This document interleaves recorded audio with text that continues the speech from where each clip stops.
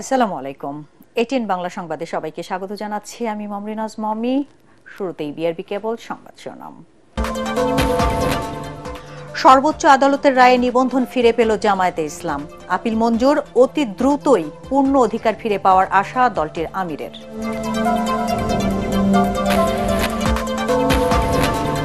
জুলাই গণহত্যার নির্দেশদাতা উল্লেখ করে শেখ হাসিনার বিরুদ্ধে আনুষ্ঠানিক অভিযোগ দাখিল। ট্রাইব্যুনাল থেকে এই প্রথম বিচার কাজ সরাসরি সম্প্রচার।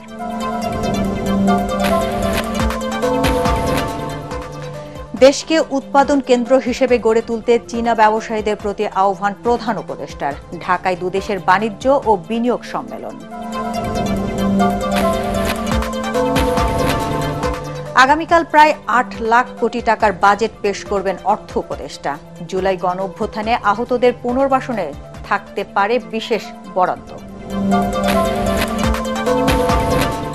এবং ঈদ যাত্রায় ট্রেনে স্বস্তিতে ঘরে ফিরছেন যাত্রীরা। স্ট্যান্ডিং যাত্রীদের কারণে ভোগান্তির অভিযোগ, বৃষ্টিতে সড়ক ঝুঁকিপূর্ণ হওয়ায় যানজটে পড়ার শঙ্কা। শুনছিলেন বিআরবি কেবল সংবাদ শিরোনাম। এবার বিস্তারিত। সর্বোচ্চ আদালতের রায়ে রাজনৈতিক দল হিসেবে নিবন্ধন ফিরে পেল জামায়াতে ইসলাম। দলটির করা আপিল মঞ্জুর করে প্রধান বিচারপতি সৈয়দ রেফাত আহমেদের নেতৃত্বাধীন ৪ বিচারপতির বেঞ্চ সকালে এই রায় দেন। দলটির নিবন্ধন ফিরে দেওয়ার পাশাপাশি অন্যান্য বিষয় নিষ্পত্তির জন্য নির্বাচন কমিশনকে নির্দেশ দিয়েছে আপিল বিভাগ। বিস্তারিত হুমায়ুন চিস্তির রিপোর্টে। প্রায় এক যুগ পর রাজনৈতিক দল হিসেবে নিবন্ধন ফিরে পেতে যাচ্ছে জামায়াতে ইসলামী। দলটির নিবন্ধন অবৈধ ঘোষণা করে ২০১৩ সালের ১ আগস্টে হাইকোর্টের দেয়া রায় রোববার বাতিল ঘোষণা করেছে আপিল বিভাগ। তবে জামায়াতের দলীয় প্রতীক নিয়ে কোনো নির্দেশনা দেয়নি সর্বোচ্চ আদালত। বাংলাদেশ জামায়াতে ইসলামী আজকে বাংলাদেশের সর্বোচ্চ আদালতের রায়ের মাধ্যমে তার নিবন্ধন ফিরে পেল। মাননীয় আপিল বিভাগ হাইকোর্টের যে রায় ছিলেন এই রায়কে বাতিল ঘোষণা করেছেন। এই ডাইরেকশনে বলেছেন জামায়াতের রেজিস্ট্রেশন এবং অন্য কোনো ইস্যু যদি ইলেকশন কমিশনের সামনে থাকে তাহলে যেন ইলেকশন কমিশন এটা ডিসপোজ করে। এই অন্য ইস্যু বলতে আমরা বোঝাচ্ছি এটি হলো প্রতীক সংক্রান্ত ইস্যু। আমরা আশা করি ইলেকশন কমিশন নিবন্ধনের ইস্যু নিষ্পত্তি করবেন, একই সাথে অন্য ইস্যু হিসেবে দাঁড়িপাল্লা প্রতীকের ব্যাপারটিও নিষ্পত্তি করবেন। ২০১৬ সালের ১২ ডিসেম্বর সুপ্রিম কোর্টের ফুলকোর্ট সভায় সর্বসম্মত সিদ্ধান্ত নেওয়া হয় দাঁড়িপাল্লা ন্যায় বিচারের প্রতীক হিসেবে শুধুমাত্র সুপ্রিম কোর্টের মনোগ্রামে ব্যবহৃত হবে। তাই কোনো রাজনৈতিক দল বা প্রার্থীকে প্রতীক হিসেবে দাঁড়িপাল্লা বরাদ্দ না দিতে প্রয়োজনীয় ব্যবস্থা নিতে নির্বাচন কমিশনকে চিঠি দেয় সুপ্রিম কোর্ট প্রশাসন। নির্বাচন কমিশনের আইনজীবী বলেন, দলীয় প্রতীকের বিষয়টি এই মামলার অংশ নয়। জামায়াতে ইসলামের কনস্টিটিউশনের উপর ওনারা যেটা রিভিউ করছিলেন, ইনভেস্টিগেশন করছিলেন, ওই পর্যায় থেকে ওনারা আবার শুরু করবেন। এটা হচ্ছে ইলেকশন কমিশনের উপর অনারেবল কোর্টের ডিরেকশন। প্রতীকের বিষয়টা এই মামলার ইস্যু ছিল না। প্রতীকের বিষয়ে অনারেবল কোর্ট কোনো ডিরেকশন দেননি। অনারেবল কোর্টের অর্ডারটা আসবে, ওরা একটা সামারি অর্ডার পাস করবেন, অর্ডারটা আমরা কমিউনিকেট করব, অর্ডারটা দেখে ইলেকশন কমিশন তার পরবর্তী সিদ্ধান্ত নেবে। জামায়াতে ইসলামীর নিবন্ধন অবৈধ ঘোষণা করে ২০১৩ সালের ১ আগস্ট রায় দেন হাইকোর্ট। সেই রায় স্থগিত চেয়ে করা আবেদন খারিজ করে দেন চেম্বার বিচারপতি। এরপর দলটির নিবন্ধন বাতিল করে ২০১৮ সালের ৭ ডিসেম্বর প্রজ্ঞাপন জারি করে নির্বাচন কমিশন। চেম্বার আদালতের রায়ের বিরুদ্ধে জামায়াতে ইসলামীর করা আপিল ২০২৩ সালের ১৯ নভেম্বর খারিজ করে দেন আপিল বিভাগ। ৫ আগস্ট রাজনৈতিক পট পরিবর্তনের পর বিলম্ব মার্জনা করে আপিল পুনরুজ্জীবিত চেয়ে জামাতের করা আবেদন গত বছর ২২ অক্টোবর মঞ্জুর করেন সর্বোচ্চ আদালত। এদিকে একই বছর ১ আগস্ট নির্বাহী আদেশে জামাতে ইসলামীকে নিষিদ্ধ ঘোষণা করে প্রজ্ঞাপন জারি করে সরকার। ২৮ আগস্ট ওই প্রজ্ঞাপন বাতিল করা হয়। হুমায়ুন চিস্তি, এটিএন বাংলা, ঢাকা। জামায়াতে ইসলামীর আমির ডাক্তার শফিকুর রহমান বলেছেন, হাইকোর্টের দেয়া রায়টি ছিল ন্যায়ভ্রষ্ট, যা বাতিল করেছে আপিল বিভাগ। রায়ের পর সামাজিক যোগাযোগ মাধ্যম ফেসবুকে এক পোস্টে তিনি এই প্রতিক্রিয়া জানান। আমিরের জামায়াত আরও বলেন, পরবর্তী প্রক্রিয়া নির্বাচন কমিশনের হাতে, দ্রুতই পূর্ণ অধিকার ফিরে পাওয়ার আশা জানান ডাক্তার শফিকুর রহমান।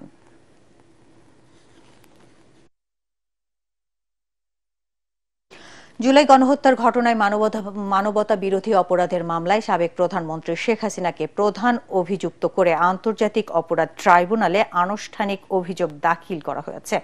মামলার অপর 2 আসামি হলেন সাবেক স্বরাষ্ট্র মন্ত্রী আসাদুজ্জামান খান কামাল এবং সাবেক পুলিশের মহাপরিদর্শক চৌধুরী আব্দুল্লাহ মামুন। জুলাই আগস্টে সারা দেশে যে গণহত্যা হয় তাতে শেখ হাসিনাকে প্রধান নির্দেশদাতা উল্লেখ করে ট্রাইব্যুনালে আনুষ্ঠানিক অভিযোগ দাখিল করা হয়েছে।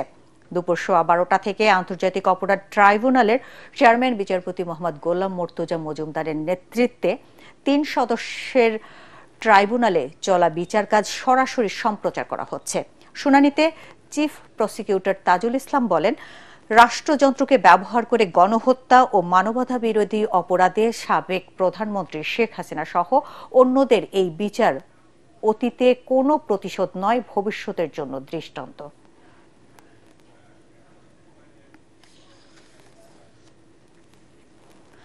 বাংলাদেশকে উৎপাদন কেন্দ্র হিসেবে গড়ে তুলতে চীনের ব্যবসায়ীদের প্রতি আহ্বান জানিয়েছেন প্রধান উপদেষ্টা ডক্টর মোহাম্মদ ইউনূস। তিনি বলেন, ভৌগোলিকভাবে বাংলাদেশ দক্ষিণ এশিয়ার প্রাণকেন্দ্র, তাই এখানে বিনিয়োগ করে বাংলাদেশের উন্নয়নের অংশ হতে চীনা ব্যবসায়ীদের প্রতি আহ্বান জানান তিনি। সকালে রাজধানীর আগারগাঁওয়ে বাংলাদেশ চীন বাণিজ্য ও বিনিয়োগ সম্মেলনে এসব কথা বলেন প্রধান উপদেষ্টা। তরিক ইসলামের রিপোর্ট। 200-এর বেশি চায়না ব্যবসায়ী প্রতিনিধি নিয়ে রাজধানীর আগারগাঁওয়ে বিনিয়োগ ভবনে দিনব্যাপী এই বাণিজ্য ও বিনিয়োগ সম্মেলন, যেখানে প্রধান অতিথি প্রধান উপদেষ্টা ডক্টর মোহাম্মদ ইউনূস। এই সময় চীনা ব্যবসায়ীদের সামনে বাংলাদেশের বিনিয়োগ সম্ভাবনা তুলে ধরেন বিডা চেয়ারম্যান আশিক চৌধুরী। চীনা বিনিয়োগের অংশ হিসেবে বাংলাদেশে ম্যানুফ্যাকচারার হাব হিসেবে গড়ে তোলার আহ্বান জানান doctor Yunus. I requested President Xi Jinping to encourage Chinese companies to invest in Bangladesh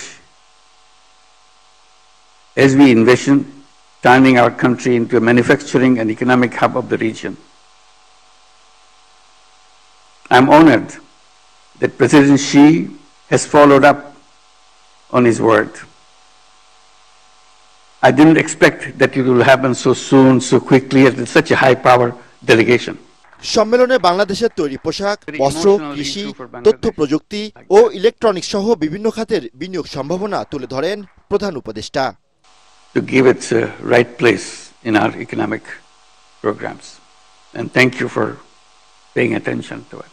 There are many other items like that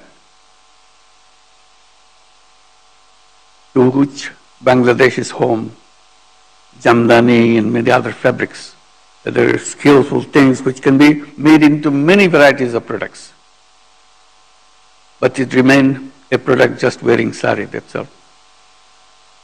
It can be used in multiple use. And this is skill and the tradition of muslin, the lost glory of Bangladesh. সম্মেলন শেষে চীনা ব্যবসায়ীরা দেশের বিভিন্ন অর্থনৈতিক অঞ্চল পরিদর্শন করবে। তরিক ইসলাম, এটিএন বাংলা, ঢাকা। এখন আমাদের বিশেষ আয়োজন বাজেট 2025।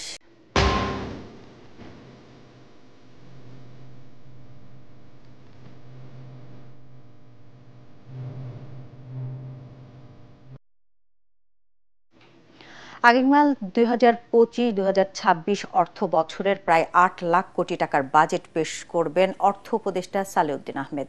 বিকেল 4টায় টেলিভিশন ভাষণে বাস্তবায়নযোগ্য ও জনকল্যাণকর প্রথম বাজেট পেশ করবেন তিনি।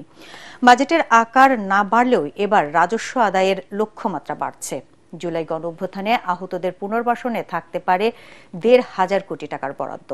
চড়া মূল্যস্ফীতির মধ্যে বাড়ছে ভ্যাট ও কর হার। শারফুল আলমের রিপোর্ট। অর্থনৈতিক সংকট আর চড়া মূল্যস্ফীতির মধ্যেই 2007-08 অর্থ বছরের পর সোমবার বিকেল 4টায় অন্তর্বর্তীকালীন সরকার টেলিভিশন ভাষণের মাধ্যমে বাজেট ঘোষণা করতে যাচ্ছেন। স্বাধীনতার পর এবারই প্রথম আগের অর্থ বছরের তুলনায় বাজেটের আকার কমছে। 2025-26 অর্থ বছরের বাজেটের আকার হচ্ছে 7,90,000 কোটি টাকা, যা চলতি অর্থ বছরের চেয়ে 7,000 কোটি টাকা কম। নতুন অর্থ বছরে নতুন করে কোনো মেগা প্রকল্প থাকছে না, আর তাই নতুন অর্থ বছরে বার্ষিক উন্নয়ন কর্মসূচিতে 35,000 টাকা কমিয়ে বরাদ্দ রাখা হচ্ছে 2,30,000 কোটি টাকা। এদিকে বৈষম্য বিরোধী জুলাই আন্দোলনে আহত নিহত পরিবারের সদস্যদের পুনর্বাসনে থাকছে বিশেষ বরাদ্দ। সামাজিক সুরক্ষায় বরাদ্দ বাড়লেও কমছে উপকারভোগীর সংখ্যা।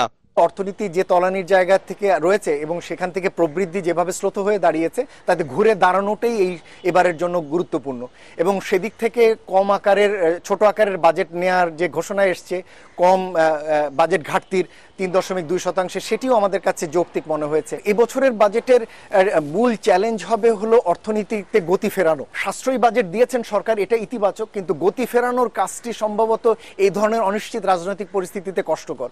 বাজেটের আকার কমলেও এনবিআর এর রাজস্ব লক্ষ্যমাত্রা বাড়ছে। আগামী অর্থ বছরে সংস্থাটির জন্য ৫,১৮,০০০ কোটি টাকার রাজস্ব লক্ষ্যমাত্রা নির্ধারণ করা হচ্ছে। আমদানি পণ্য, অটোরিকশা, সিগারেট, সোয়াবিন তেল, সিমেন্টে কর হার বাড়ছে।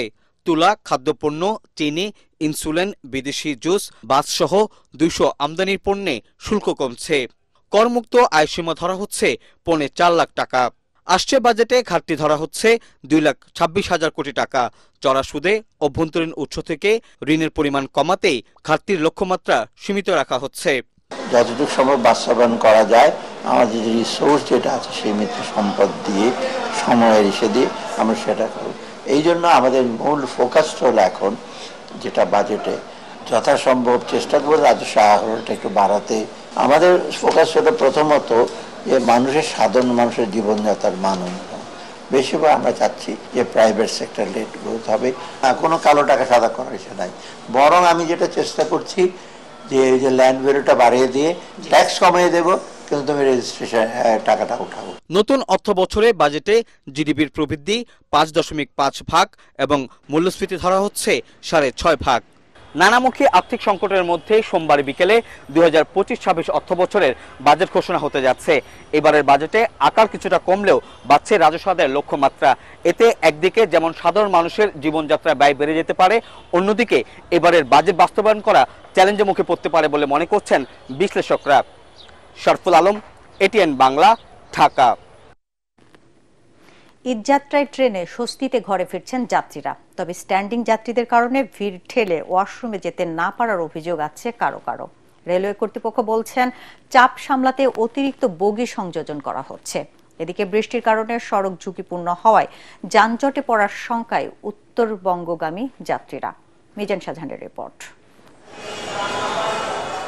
লেখাপড়া কিংবা চাকরির কারণে ইট পাথরের নগরীতে থাকতে হলেও আসল স্বস্তি যেন নিজ শহর কিংবা গ্রামেই। তাই তো ঈদের ছুটিতে পরিবার পরিজন নিয়ে নারীর টানে তাদের এই ছুটে চলা। টিকিট পাওয়া থেকে শুরু করে যাত্রাপথে আছে নানা বিড়ম্বনা। এত কিছুর পরও বাড়ি যেতেই হবে। আমার ভাইয়ের স্কুল ছুটি হয়ে গেছে, আমাদের এখন কাজে, আর ঈদের আগে যেতে গেলে অনেক লেট হয়, প্লাস অনেক জ্যাম থাকে, সমস্যা হয়, তাই আমরা আগে যাই, প্রতিবারই আগে যাই। ঈদযাত্রার দ্বিতীয় দিন কমলাপুর স্টেশন থেকে প্রায় সব ট্রেনই ছেড়ে গেছে নির্ধারিত সময়ে। একমাত্র রংপুর এক্সপ্রেস ২০ মিনিট দেরিতে ছাড়লেও এ নিয়ে অভিযোগ নেই যাত্রীদের। তারা বলছেন মূল সমস্যা অতিরিক্ত যাত্রীতে। বৃষ্টির পর যে একটা ভাবসা গরম আছে, এই গরমে যে সবাই গাদাগাদি করে যেতে হচ্ছে, নিজের কাছে একটা আনকমফোর্টেবল ফিল হয়। ওয়াশরুমে যাওয়ার পর্যন্ত থাকে না, আর আমরা মেয়ে মানুষ এই হাতলের কাছে এসে অনেক মানুষ দাঁড়ায় থাকে, এটা খুবই হ্যাসেলের। চাহিদার তুলনায় ট্রেন কম স্বীকার করে স্টেশন ম্যানেজার বলেন অতিরিক্ত বগি সংযোজন করে চাপ সামলানোর চেষ্টা করা হচ্ছে। ৩ স্তরের নিরাপত্তা বলয় পার হয়ে স্টেশনে ঢোকার কারণে কেউ বিনা টিকিটে ভ্রমণ করতে পারছে না বলে দাবি তার। আমরা কোর্স যদি না পাই, সব থেকে যদি কোর্স আউটটার্ন না হয়, সেই ক্ষেত্রে তো আমরা লাগাতে পারবো না। যখন আমরা এটা সব থেকে নিশ্চিত হই যে 1টা 2টা বা 3টা কোর্স আমরা পাওয়ার পরিপ্রেক্ষিতে এটা গুরুত্বপূর্ণ ট্রেনগুলোতে, যেগুলো ট্রেনে যাত্রী চাহিদা বেশি থাকে, ওই সকল ট্রেনে সংযোজন করা হয়। এবার ট্রেনের স্বস্তি দেখা গেলেও আতঙ্কে সড়কপথে যাত্রীরা। বৃষ্টির কারণে জরাজীর্ণ সড়কে তীব্র যানজটের আশঙ্কা করছেন তারা। ঈদযাত্রায় সড়ক, রেল ও নৌপথে ডাকাতির মতো অনাকাঙ্ক্ষিত পরিস্থিতি এড়াতে আইনশৃঙ্খলা বাহিনীর কড়া নজরদারি দেখতে চান যাত্রীরা। মিজান শাহজাহান, এটিএন বাংলা, ঢাকা। এবার আল আরাফা ইসলামী ব্যাংক অর্থ সংবাদ।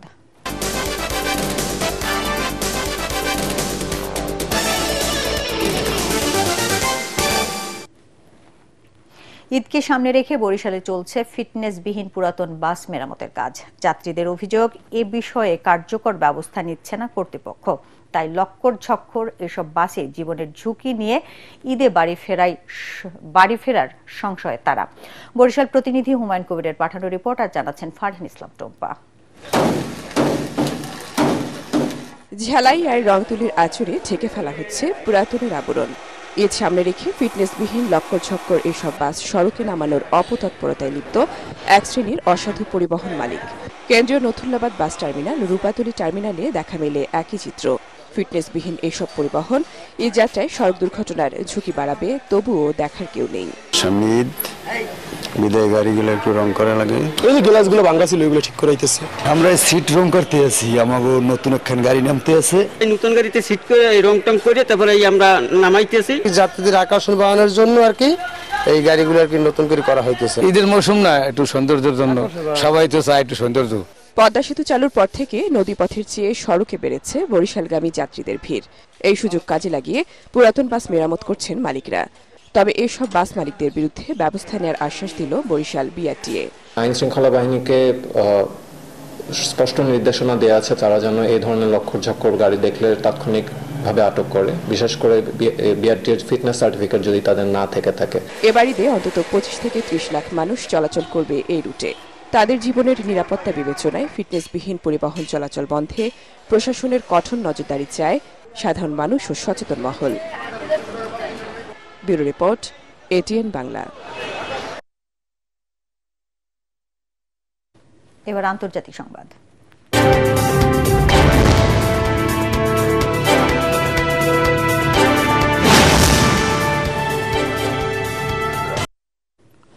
অবরুদ্ধ গাজায় স্থায়ীভাবে রক্তপাত বন্ধ চান সাধারণ ফিলিস্তিনিরা। দখলদার ইসরায়েলের সঙ্গে যুদ্ধ বন্ধে যুক্তরাষ্ট্রের প্রস্তাবে ইতিবাচক সাড়া দিয়েছে ফিলিস্তিনি সশস্ত্র গোষ্ঠী হামাসও। একই সাথে যুদ্ধবিরতির জন্য গাজা থেকে সব ইসরায়েলি সেনা প্রত্যাহারের দাবি জানিয়েছেন তারা। হামাসের প্রস্তাব অনুযায়ী তারা 10 জীবিত জিম্মি ও 18 জনের মরদেহ ইসরায়েলের কাছে হস্তান্তর করতে রাজি। বিনিময়ে ইসরায়েলকে ফিলিস্তিনি বন্দীদের মুক্তি দিতে হবে। বিস্তারিত শরীফুল ইসলামের প্রতিবেদনে। ফিলিস্তিনের গাজা উপত্যকায় ইসরায়েলি বাহিনীর রক্তপাত বন্ধে গেল সপ্তাহে যুদ্ধবিরতির প্রস্তাব দেন মার্কিন প্রেসিডেন্ট ডোনাল্ড ট্রাম্পের বিশেষ দূত। যুক্তরাষ্ট্রের প্রস্তাবে যুদ্ধবিরতি শুরু হওয়ার 7 দিনের মধ্যে 10 জীবিত ইসরায়েলি জিম্মিকে মুক্তি এবং 18 মৃত জিম্মির মরদেহ ফেরত দেবে হামাস। এতে হামাস যোদ্ধারা রাজি হলেও জিম্মিদের ধাপে ধাপে মুক্তি দেবার কথা জানায়। এই সময়ে ইসরায়েলকে স্থায়ীভাবে আগ্রাসন বন্ধের প্রতিশ্রুতি চান হামাস নেতারা। দখলদার ইসরায়েলি বাহিনী এতে সম্মতি জানালেও স্থায়ীভাবে যুদ্ধ বন্ধের প্রতিশ্রুতি দেয়নি নেতানিয়াহু সরকার। তবে প্রেসিডেন্ট ট্রাম্পের আশা ইসরায়েল ও হামাস অতি দ্রুতই যুদ্ধবিরতির চুক্তিতে পৌঁছাবে। হামাস ও ইসরায়েল যুদ্ধবিরতির বিষয়ে একটি চুক্তির খুব কাছাকাছি রয়েছে। ইরানের সাথেও পরমাণু ইস্যুতে একটি চুক্তি করার সুযোগ রয়েছে। আমার বিশ্বাস দ্রুতই এসব ঘটবে।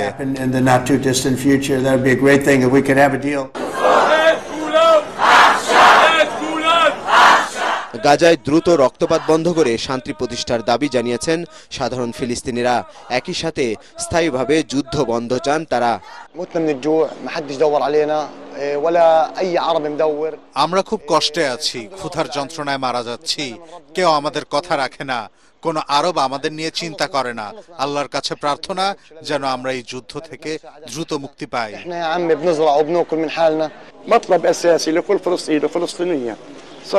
প্রত্যেক ফিলিস্তিনি যুদ্ধ বন্ধ এবং শান্তি ফিরে পেতে চায়।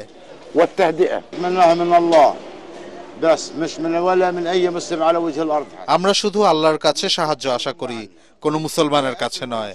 আমাদের খাবার ও পানি নেই, এভাবে আমরা আর বাঁচতে পারছি না। এদিকে পশ্চিম তীরের রামাল্লায় ফিলিস্তিনি প্রেসিডেন্ট মাহমুদ আব্বাসের সঙ্গে সৌদি সহ 5 আরব দেশের নেতাদের বৈঠকের কথা থাকলেও ইসরায়েলের বাধায় তা পণ্ড হয়ে গেছে। শরীফুল ইসলাম, এটিএন বাংলা। জামালপুরের মাদারগঞ্জের তারতাপাড়া গ্রামে গ্যাসের সন্ধান পাওয়া গেছে। শনিবার রাতে এই খনিজ সম্পদের সন্ধান পায় বাপেক্স কর্তৃপক্ষ জানায় 1980 সালে জামালপুরের মাদারগঞ্জের তারতাপাড়া গ্রামে সাইসমিক উপাত্তে গ্যাসের উপস্থিতি পায় বাপেক্স। এরপর 2014-15 অর্থ বছরে সাইসমিক উপাত্ত এবং 2014-15 অর্থ বছরে ক্লোজ গ্রিড সাইসমিক সার্ভে হয়। সেই উপাত্ত বিশ্লেষণ করে চলতি বছরের ২৪ জানুয়ারি জামালপুর ১ অনুসন্ধান কূপ খনন কার্যক্রম শুরু করে কর্তৃপক্ষ। জামালপুর ১ অনুসন্ধান কূপ খনন প্রকল্পের পরিচালক মোহাম্মদ মোজাম্মেল হক জানান, ২৬০০ মিটার খননের পর গতরাতে গ্যাসের সন্ধান পায় বাপেক্স। এখন ডিএসটি চলমান রয়েছে। বিভিন্ন পরীক্ষা নিরীক্ষার পর গ্যাসের পরিমাণ সম্পর্কে জানা যাবে বলে জানিয়েছেন তিনি। ৩ মাস মেয়াদী প্রকল্পটির ব্যয় ধরা হয়েছিল ১৬৮ কোটি টাকা। গ্যাসের সন্ধান পাওয়ায় খুশি মাদারগঞ্জবাসী।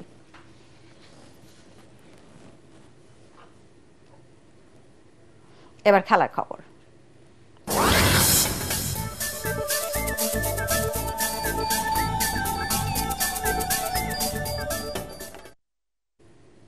ইন্টার মিলানকে ৫-০ গোলে বিধ্বস্ত করে চ্যাম্পিয়ন্স লিগের শিরোপা জিতেছে পিএসজি। প্রথমবারের মতো ইউরোপিয়ান শ্রেষ্ঠত্বের মুকুট পড়ল ফ্রেঞ্চ ক্লাবটি।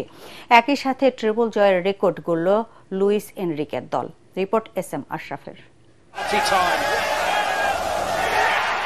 লিওনেল মেসি, কিলিয়ান এমবাপ্পে, নেইমাররাও যখন পারেননি, ভেবে নেওয়া হয়েছিল পিএসজির ইউরোপ জয়ের স্বপ্ন বুঝি পূরণ হওয়ার নয়। হয়তো অলক্ষ্যে বসে হেসেছেন ভাগ্য বিধাতা, কিন্তু হ্যামিলিয়নের বাঁশিওয়ালার মতো হয়ে আসা কোচ লুইস এনরিকে ভাগ্য বদলে দিলেন। শুধু শিরোপা জয়ের জন্যই নয়, পিএসজি যেভাবে খেলেছে সেজন্যই রাতটি অবিস্মরণীয়। ইউরোপের সেরা এ ক্লাব প্রতিযোগিতার ফাইনালের ইতিহাসে এর আগে কোনো দল ৫ গোলের ব্যবধানে জেতেনি। এনরিকের পিএসজি প্রথম দল হিসেবে সেটা করে জিতল ত্রিমুকুট অর্থাৎ ট্রিপলও। ফরাসি ক্লাবটির সামনে স্রেফ বালির বাঁধের মতো ধসে পড়েছে ইতালিয়ান রক্ষণের প্রতিভা ইন্টারের ডিফেন্স। ২০ মিনিটের মধ্যে ২-০ গোলে পিছিয়ে পড়ার পর প্রথমার্ধে গোল হজম করেনি ইন্টার, কিন্তু বিরতির পর হাল ছেড়ে দেয় ইতালিয়ান ক্লাবটি। ১২ মিনিটে পিএসজির রাইট ব্যাক আশরাফ হাকিমের গোলের ৮ মিনিট পর দ্বিতীয় গোলটি স্ট্রাইকার দেজিরি দুয়ের। বিরতির পর ৬৩ মিনিটে দুয়ে তৃতীয় গোলটি করার পর ম্যাচে শুধু আনুষ্ঠানিকতাই বাকি ছিল। ৭৩ মিনিটে খিচা কাভারেস্কা আর ৮৬ মিনিটে মাইলুগুর গোল পিএসজির পক্ষ থেকে যেন সেই আনুষ্ঠানিকতারই শেষ উপহার। SM Ashraf, ATN Bangla. শেষ করার আগে বিআরবি কেবল সংবাদ শিরোনাম আরেকবার। সর্বোচ্চ আদালতের রায়ে নিবন্ধন ফিরে পেল জামায়াতে ইসলামী। আপিল মঞ্জুর, অতি দ্রুতই পূর্ণ অধিকার ফিরে পাওয়ার আশা দলটির আমিরের। জুলাই গণহত্যার নির্দেশদাতা উল্লেখ করে শেখ হাসিনার বিরুদ্ধে আনুষ্ঠানিক অভিযোগ দাখিল। ট্রাইব্যুনাল থেকে এই প্রথম বিচার কাজ সরাসরি সম্প্রচার।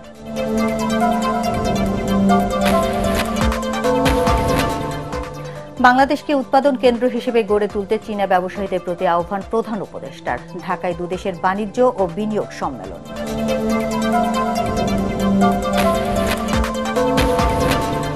আগামীকাল প্রায় ৮ লাখ কোটি টাকার বাজেট পেশ করবেন অর্থ উপদেষ্টা। জুলাই গণঅভ্যুত্থানে আহতদের পুনর্বাসনে থাকতে পারে বিশেষ বরাদ্দ। এবং ঈদযাত্রায় ট্রেনে স্বস্তিতে ঘরে ফিরছেন যাত্রীরা। স্ট্যান্ডিং যাত্রীদের কারণে ভোগান্তির অভিযোগ, বৃষ্টিতে সড়ক ঝুঁকিপূর্ণ হওয়ায় যানজটে পড়ার শঙ্কা। দর্শক, পরবর্তী সংবাদ দেখার আমন্ত্রণ জানিয়ে এখনকার মতো শেষ করছি। এটিএন বাংলা সংবাদ ইউটিউবে দেখতে ব্রাউজ করুন YouTube/ATN বাংলা। ধন্যবাদ সবাইকে।